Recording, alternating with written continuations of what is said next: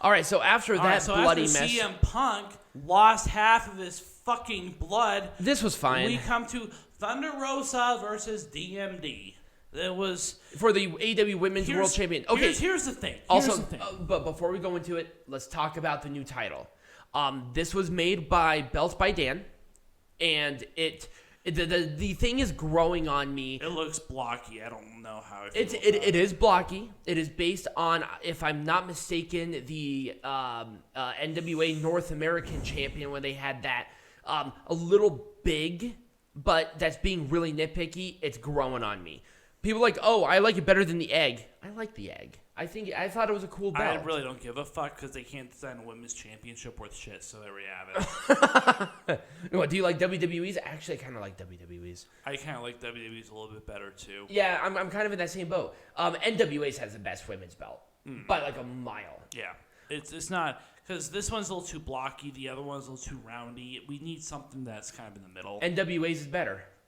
NWA's is better. I think it's better. I think it's really simple, to the point, and they call it the Burke because it's based on that belt, and it feels prestigious. It looks cool. I like it. Anyways, the point is that Thunder Rosa was she was not going to win this match. There was an expectation of this match because of their lights out match that made Britt Baker's career. Thunder Rosa, she was kind of on the wayside on it. People talked about Britt Baker after that match than Rosa. But let me tell you, because I already kind of know what's going to happen. It was fine. Thunder Rosa is going to win the Number One Contenders match. She's going to be facing Dr. Britt Baker in a steel cage match in San Antonio, Texas, where she is from. And she's not from there. Well, okay, she spent most of her childhood there. Whatever. And she is going to win the women's championship in front of a hometown crowd. I guess. Well, then this is stupid. Then this doesn't make any sense. Why would they have this? Because they're idiots. Okay. So, this match was okay. Let me tell you why I hated it. Is because there were so many fucking referee interferences. Yeah, I wonder who the fuck are training these referees, man. I know. It's like throw these women out and have a one-on-one. What are they doing? It doesn't make any.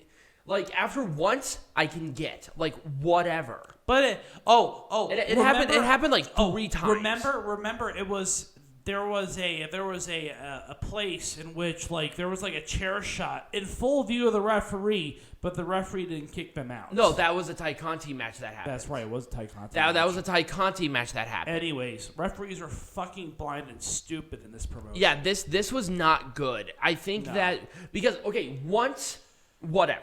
That's fine. But this is the 4th match out of 6 matches that this has happened. There was a lot of ref distraction and interferences, which was not necessary. Oh, fuck these ref. Oh, God. But Britt Baker won. She is still the champion. The new title will grow on me over time. It slowly is right now. But if she's going to lose it, whatever. Yeah. Especially after this was after the Punk match, right? Yeah, this was after the Punk match. I was just like, Borsnor City. Right. And it is what it is, you know? I'll give this one an Orange Cassidy thumbs up. I'm going to give an Orange Cassidy thumbs down. Okay. And so we're kind of in the same boat, just you had more negatives than I did, pretty much. All right, Penta Gallery, let's make this shit majestic again. I think this is the first time I think that we have to make AEW majestic again. We actually have a couple of points to talk about and like to really dive deep into it and get into it. So the problem with this match is everything before it kind of killed the crowd. Now, the crowd was getting back into it. Let me give you a little bit of context as to where I'm coming in from. So I've watched AEW for a couple of years now. And after a certain point in time, you kind of have an idea as to how these matches work. You have an idea of how certain matches are going to go based on what's been happening, right? Am I wrong? No. And so I think what is really killing me right now is that I'm starting to get to that point in AEW where everything is just becoming predictable. Where where I kind of know exactly who is going to win what matches at what points in time. Okay, I do understand. I mean, with WWE pay-per-views, I'm like 90% correct as far as like who wins which match because it's so fucking obvious. But the problem is that the predetermined aspect of professional wrestling should not dictate on your perception of the actual thing. Well, it does. That's the problem. That's your problem. Well, I know who is going to win. Enjoy the ride, not the enjoy the ride, not the destination. And that's the problem here. But you see, I think at that point, if you kind of know if you know who wins, you know how the structure of the match is going to go. But once again, even if you know exactly how it's going to go, enjoy the ride. It's not that I don't enjoy it. It's just that it's so predictable. And here's the thing. It becomes okay, well, this is going to happen, this is going to happen, that's going to happen. You know, I'm going to give you a metaphor that I think will be appropriate for what I'm saying. Look at professional wrestling like going on a roller coaster. You know, you can visually see what's going to happen on the roller coaster. You know you're going to start from the gate and you're going to end at the gate. The enjoyment comes from going around everything. That's what professional wrestling is. Okay. Look at a play. You know what's going to happen. You know how it's going to end. Enjoy the ride. Let's also talk about the fact that the professional wrestling community on the internet is so toxic. Oh yeah, people were trying to defend like a lot of different things, which was stupid. All right, but, so anyways, let's eviscerate this show. I know, but we wanted to start with this preface, but I'm just letting you know. Yeah. Think of pro wrestling that way. That's why I think I enjoy pro wrestling more than you do because I'm looking at it that perspective. So when it comes to Adam Cole, I knew that reDRagon was going to interfere. It was stupid. I wouldn't have had them interfere. Now, if they were going to interfere, I would have had them interfere, right? Whatever. But I would have had them been thrown out instead of the hoggly boosh and them moving tables and all this bullshit that they did. Instead of without the referee doing a damn thing. Oh, I know. That was really annoying too. How many times throughout the show did the referee see something happen and fail to do anything about it? Like at least 5 times. Yeah, easily. So these referees are trained by the NFL or something because these people are fucking blind. They are so blind, awful. and unfortunately, that's the kind of stuff that's going to hurt Hangman Page's title run. It's going to hurt AEW. Yeah, in general, it's going to hurt AEW. It's like you see these guys, and you know it's going to be a good match. Have them have a match. Now, in interference, it does not hurt. I don't need it. Well, it hurt this match. No, it hurt it because they did it like 3 times. Yeah, exactly. Do it once, and then be done. And then have Dark Order come out and do their little snafu and then have them fuck off, I would have been okay with it. But not only did they do the interference, but then they also moved the table, and then they also tried to interfere again until Dark Order came out. That's what happened. They interfered 3 times. Yeah, they did. That's not what you're supposed to do. Right, exactly. No, I agree. Because it made Adam Cole look weak. Yep, it made Adam Page look weak too. Because, heaven forbid, Adam Page cannot win a match without his friends helping him out. Right. It's like, no. Can Adam Page not defend himself? Is he not a fighting champion? Right. I mean, I expect that from a chicken shit heel like Roman Reigns, but not from a babyface like Adam. Is Adam Page even a babyface at this point? I don't know. What is Adam Page? And that should not be your perception coming out of a title match like this. Right. Where Adam Cole is a clear heel. He is. So having his friends come out and help him, that's perfect. Once. Not 3 times. I know. Because the referee saw it all 3 times. Now, if the referee didn't see it, fine. Maybe if they try to help, or if they try to help again, but the referee caught on to their shit and then threw them out, Cool. And I knew that when reDRagon didn't win the tag team titles, I knew that Adam Cole was not going to win. It can't be that predictable, and that's the problem. Anyway, so that's what I probably would have done. I would have had reDRagon either been thrown out the first interference, or them trying to do another one, but the referee catches on to their bullshit, and then say, "You're out of here." And then Adam Cole does a low blow or do something kind of sneaky, and then better constructed match. And then you have Dark Order interfere on the ramp at the stage instead of at ringside. Right, they're trying to come out, and then they come out and do that. Exactly. Right. There's a lot I would do to this. Oh my fucking God, this match was terrible. It was. I would have cut it in half by time. Yep. The should not have been given this much time. Also, CM Punk's blading was way too early. He was gushing. His hair was sticking, and it was too early. Here's the thing. I'm going to say this because I think once again it illustrates my point. It's great to have all this blood. No, it was actually kind of gross. The blood to me is fine. It's when you do it is the difference. CM Punk lost so much fucking blood in this match. It wasn't even within 5 minutes, and then CM Punk started bleeding. That was way too soon. It should be at the very end of the match when somebody starts bleeding. But CM Punk lost so much blood that he couldn't keep himself up. Right. That's how bad it was. Now I want to illustrate an example of blading done right with another match that AEW had. Blading is so 1980s too. Right. Now keep in mind. Now there is another one where I think blading was done right within this company. And that was, well, number one, the Moxley-Bryan Danielson match. They did it right. But let's talk about the Cody-Dustin Rhodes match at the first Double or Nothing. Right. Now, did Dustin cut himself too deep? Yes. Yes. But it was more towards the end of the match. There was maybe another, 7 minutes, and then he started gushing blood. But that made sense. Whereas CM Punk did this way too soon, where he was bleeding more than he was not, and that's not what you should do. That's not how it should be. I mean, I personally have a moral obligation towards blading, just in general, because I don't like the practice of blading. If you want to get cut, you're getting cut the hard way. Right, exactly. I mean, that's my point. You shouldn't make yourself cut. That's not... There was a way to There was a better way to do it. There is a way to hit somebody. But anyways, I have a moral obligation towards blading, and I think that you don't have a moral obligation. You have a moral issue with it, because an obligation means that you have a duty or something. So I have a moral issue towards blading, just in general. I don't see. I mean, I understand it. I just don't care. You can have a good match without blood. Of course, AEW. This was a dog collar match. I know, but AEW incels they want blood. This is a dog collar match. They'll never see blood come out of a female in their life. I can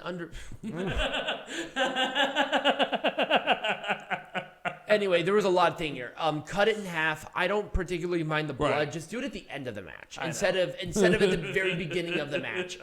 Unless a person is bleeding accidentally, right? Then cool, right? Then whatever, right? That's different. Again, interferences ruined this match. Yep, the interferences ruined this match. Britt Baker is more than capable of taking care of herself. She's a big girl. She can take care of herself. She has a doctorate, for God's sake. Like, come on. Well, again, you just have to have these fucking... Also, the orientation of this match was really hurting it, because I think this was right after the dog collar match. Yeah, this was right at... No. Yes, it was right after the dog collar match. So it just really hurt because of the orientation of the matches. Yeah, so this was kind of the sleeper. This was the sleeper. Yep, this was in that a title match should not be a sleeper match. No, it should not. This was awesome. I think this was a perfect placement. It was a good opener. It was bruising, but it wasn't bloody, which I really enjoyed. Because these two definitely had like a blood rivalry. They were like in each other's faces. Mm-hmm. They explained it really well. But they didn't have to bleed in order to tell the story. Now they bruise each other up. Like they're feeling that tomorrow, especially Eddie Kingston. He had a huge bruise on his eye. Now, of course, we got to talk about the fact that there were some pretty dangerous spots in this match too. Literally, the first move of the pay-per-view was a concussion. Well, he was not concussed. It was really scary. It was the concussion waiting to happen. It was like Madcap Moss landing on his head, but that was a lot scarier. Right, but it was pretty scary. Like you knew that this match off to a good start. This match set a really high bar for the rest of the show. Did. And I think it kind of spilled into a lot of the other matches because these two had a really good match. I loved this match. But it just set such a weirdly high expectation for me. I liked it. I didn't love it. And the only reason I liked it was because it was actually a good match. What I didn't like about it was, of course, the spots were a little more on the dangerous side. And I know that Chris Jericho and Eddie Kingston can handle it, but it was just like, whoa, let's slow down a little bit because this was the curtain jerker. Maybe you're sitting there saying this was not entirely necessary. Right. I can see that. This was awesome. This was my favorite match of the night. I'm going to have to agree with you. He's like, oh, well, what about this blading? But this one made sense. And it wasn't until much later in the match either. Right. Moxley just bled a lot. Mm-hmm. That was it. And also, Bryan Danielson is a very close-up fighter. So, of course, he's going to get covered in somebody else's blood because he's, like, doing grapples and stuff against a bloody guy. You don't think that's going to get smeared on you in, like, 2 minutes? It was a classic wrestling match, and that's what I wanted. But also... John Moxley is not known for his classic wrestling matches. But also, what I really liked about this, it wasn't just a classic match. It was a brutal match. It was. They fought each other. Yeah, this was a fight. This was a brawler match and a technical submission match. It was a lot of fun. I really enjoyed the whole experience of this match. I like this match. I know you don't like Spot Fest matches. This was a Spot Fest. It was the Young Bucks are obviously they're the Spot Fest queens. The queens. And you got reDRagon, who would be great if it was just reDRagon and Jungle Boy and Luchasaurus. I would have loved this match. I don't know why the Young Bucks were added to this match. I feel like it was kind of unnecessary. It was very unnecessary. The way that this match just set itself up was just terrible. Too. Right. Now, here's what I would have done. I would have done reDRagon versus Jurassic Express for the titles. Young Bucks come out, pretend like they're going to help reDRagon, but yet screw them. Then have the Young Bucks reDRagon match at Double or Nothing. Because we all know what the real rivalry is. The real rivalry has nothing to do with Jungle Boy and Luchasaurus. And that's not where it should be because, once again, this is a title match. The titles should be the main focus. But they were not. And that's a bad thing. I mean, Jungle Boy and Luchasaurus were just there. And, I feel like they were just there. And the real rivalry was reDRagon Young Bucks.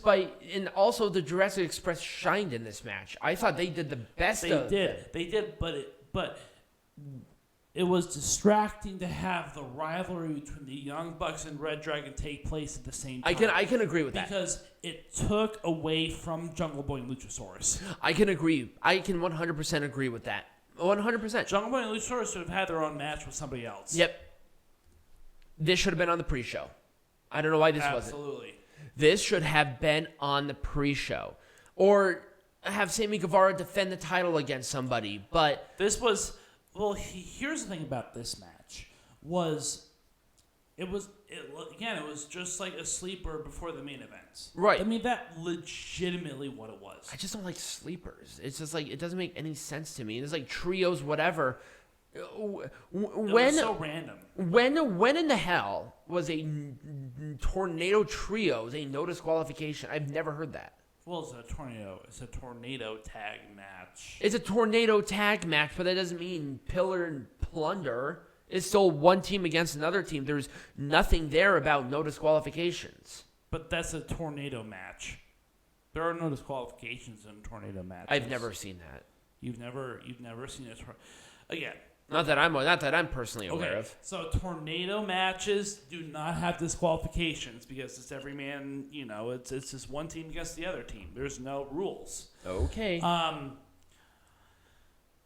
Again, I understand the premise of the match, but here's another thing I want to talk about really quick too. While we're here, is I felt like the promos or the packages for a lot of these matches were not very well thought out. No, I don't think so either. I 100% agree with you. If there's one thing that I can compliment the WWE on, is that they do a very good job presenting a package for a match. AEW used to be really good, but they're getting a little sloppy with it. For some reason, this particular pay-per-views packages for matches was weak. It was so bad. I can agree with that. I 100% agree with that. So the reason I want to bring it up now is because I didn't see the reason for this match. Now, are Darby Allin and Sting like the enemies of the Hardy Andrade family office? Yes. Why are Andrade and Matt Hardy working together now? Like what's the arc? So the arc right now is that the Hardy family office have a working relationship with Andrade, which is why it's now AHFO, because they had the working relationship. Mm-hmm. Darby Allin and Andrade have been having a rivalry, and with Sammy Guevara involved in some way, shape, or form. I kind of wish they talked about the rivalry or the tension between Guevara and Darby Allin more. And also, why were Isaiah Cassidy and Sammy Guevara, who's a champion, why are they taking a backseat? And why is Andrade Alidolo not with House of Black? Like, has he ever been part of House of Black? No. Oh, he's never been House of Black.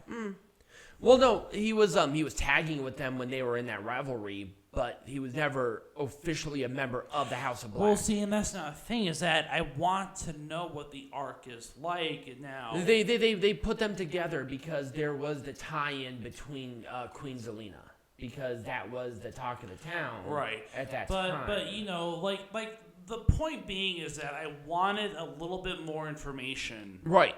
Of a novice who's watching this show. I almost expected more information. I was surprised there were 3 matches in the pre-show. Right. And that kind of sucked, actually. Once again, this match should have been in the pre-show. Or it shouldn't have existed at all, because they had maybe, 2 weeks of promo on this? Ty Conti and Jade Cargill are not ready to carry a match. No. Neither one of them are. Not in a single bit. At least Jade Cargill has the excuse of being inexperienced. Ty Conti's been doing this for, to my knowledge, at the very least, more than 5 years. She should have known this, but yet she was having a struggle on carrying this match. And I don't think it was Jade's fault. I think a lot of this was Ty's fault. Mm-hmm. It was a sloppy match. It was a very sloppy match. It made no sense. Why are they facing each other out of fucking nowhere? Right. Where, what the fuck? It just doesn't make any sense. I would have either had this on the pre-show or had it 0. Not at all. Now, this should have been on the main show. It should have been, yes, absolutely. I would have replaced the Hardy Family Office match with this match, because this match at least has a rivalry that you kind of understood. I understood it, yeah. I know there's a rivalry with the Death Triangle and with the House of Black. Right. I understand that there is something going on. And with Phoenix injured right now, I think Erick Redbeard. Erick Redbeard, which would have just, I think this should have been.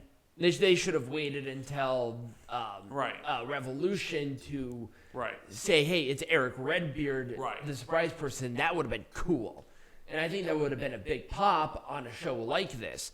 And they actually did have a pretty okay match. I really enjoyed it. And they definitely wrestled a pay-per-view match on a pre-show. Again, the match went too long. Yep.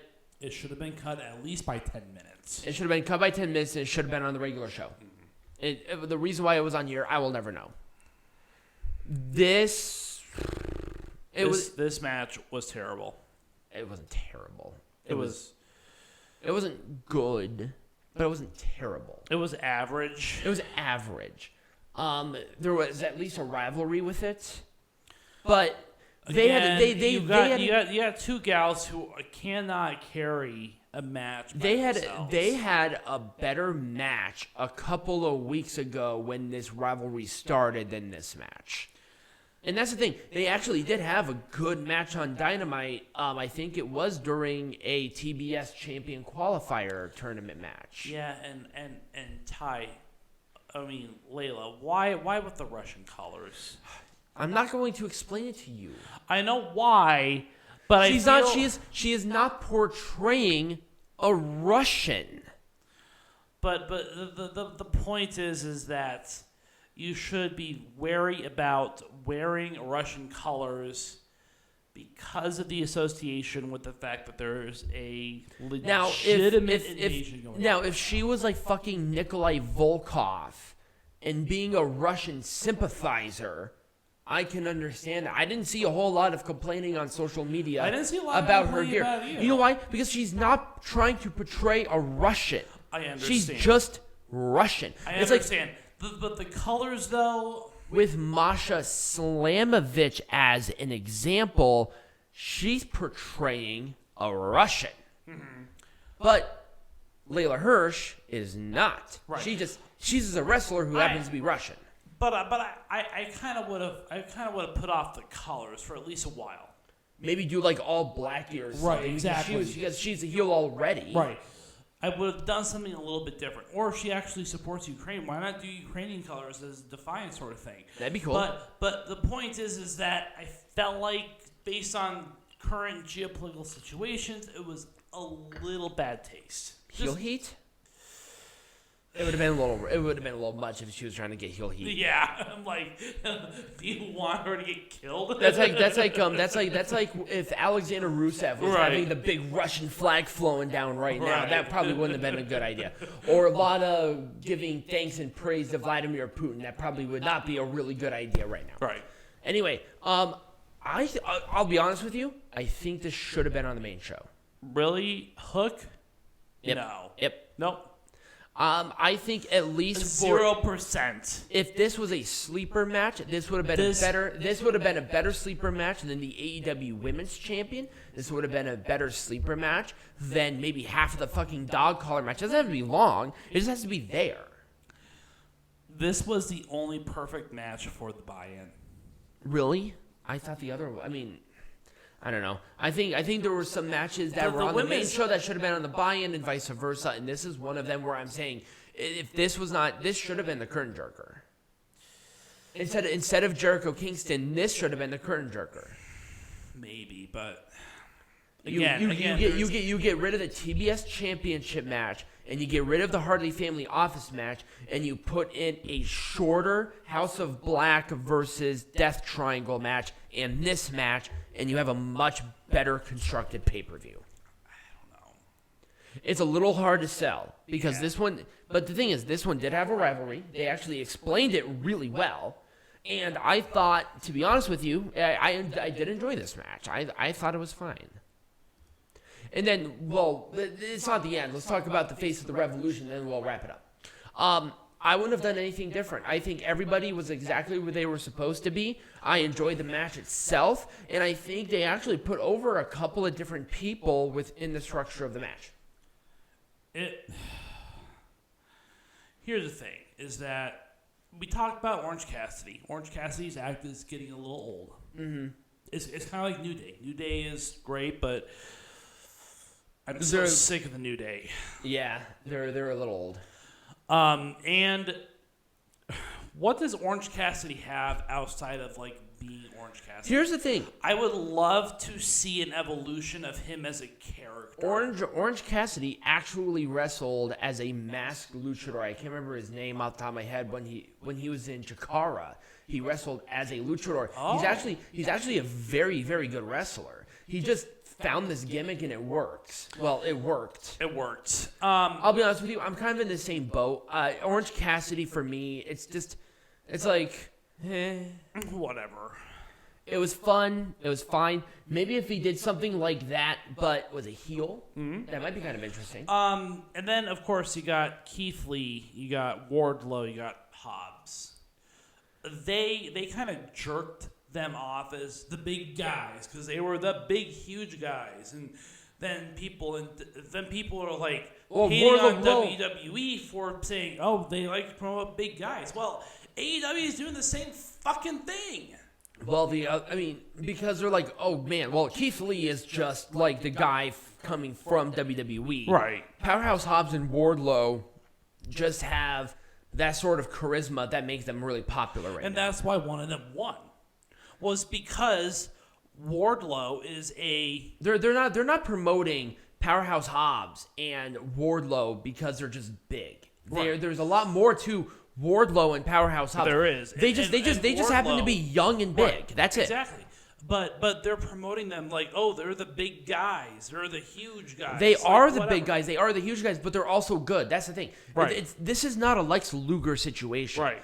They're not bad wrestlers. Right. They have charisma. They have presence. They're just wrestlers who happen to be big. They're not big guys who are made as wrestlers. Right. And then you got Christian, and then you got Christian was there to lead the match because he had the experience.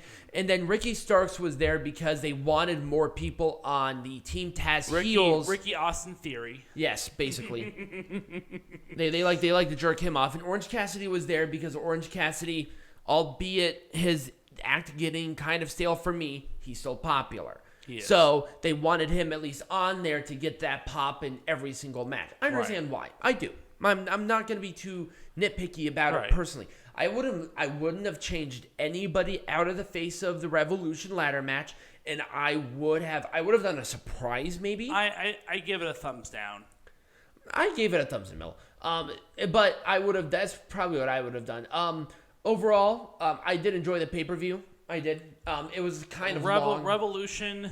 Okay. It was a little long. People are saying, "Oh my God, it's the greatest thing of all time," right? It's not. 100%. This pay-per-view, because I'm starting to understand the formula of AEW is now starting to become old. No, I've seen AEW do amazing things. And what about the debut with Bryan Danielson and Adam Cole? That was a much different pay-per-view. I enjoyed that one a lot more.